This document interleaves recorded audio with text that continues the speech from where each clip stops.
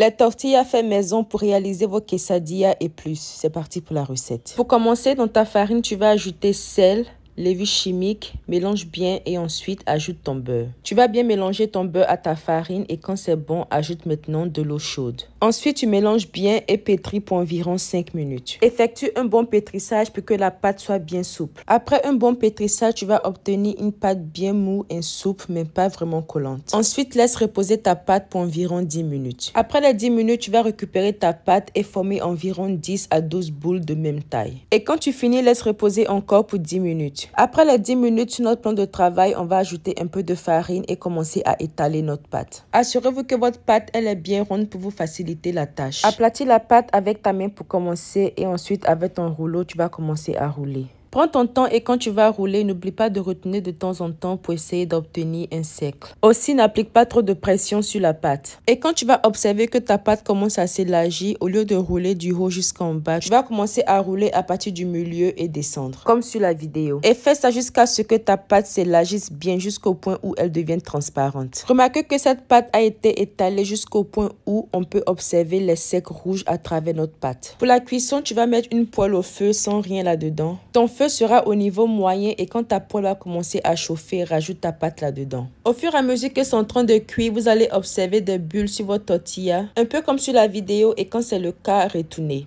La cuisson, c'est environ 1 minute à 1 minute 30 secondes. Après avoir retourné une première fois, laissez cuire 30 secondes encore et retirez du feu. En les retirant, couvrez-les dans un torchon de cuisine propre. Et voici que nous avons terminé, nos tortillas sont prêts. Comme vous pouvez le constater, ils sont bien mous, pliables, même étant froids, ce qui veut dire que vous avez fait du bon travail. Si ce n'est pas le cas, quand vous allez essayer de plier, vos tortillas vont se casser et ils seront durs.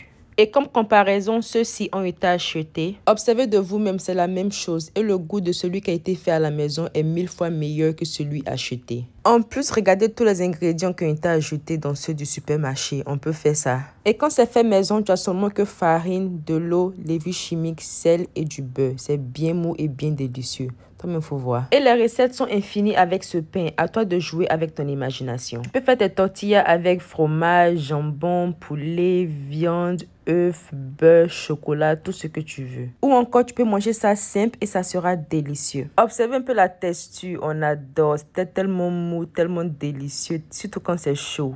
Dinguerie, j'étais choquée. Oh. Et il faut t'abonner. T'as pas dit qu'on a tout te dit. Et moi, je te dis à plus pour de nouveaux délices. Bye, guys.